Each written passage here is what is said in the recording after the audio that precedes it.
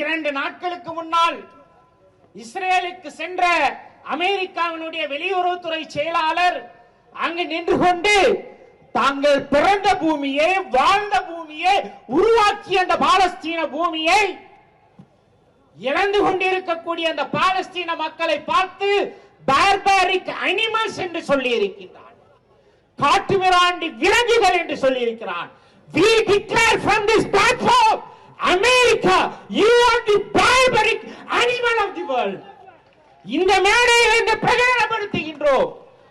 மனித இனத்தினுடைய அனைத்து பண்புகளையும் இழந்து கொத்து கொத்தாக பாலஸ்தீன மக்களை கொண்டு குவிக்கக்கூடிய அமெரிக்காவே, நீந்தான் காட்டுமிராண்டி விலங்கு.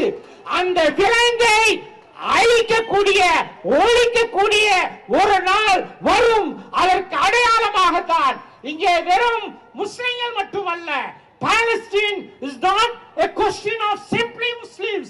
முஸ்லிம்களுடைய, அரபுகளுடைய பிரச்சனைகள் அல்ல, மனித நேயத்தையும் மனிதாபிமானத்தையும் தங்களுடைய உள்ளத்தில் வைத்திருக்கின்ற அனைவர்களுடைய பிரச்சனை என்பதை எடுத்து காட்டக்கூடிய வகையிலே பெரியாரிய உணர்வாளர்கள் கூட்டமைப்பு உலகுக்கு பிரகடனப்படுத்தியிருக்கிறது. பெரியார் எழுந்து நிற்கிறார்.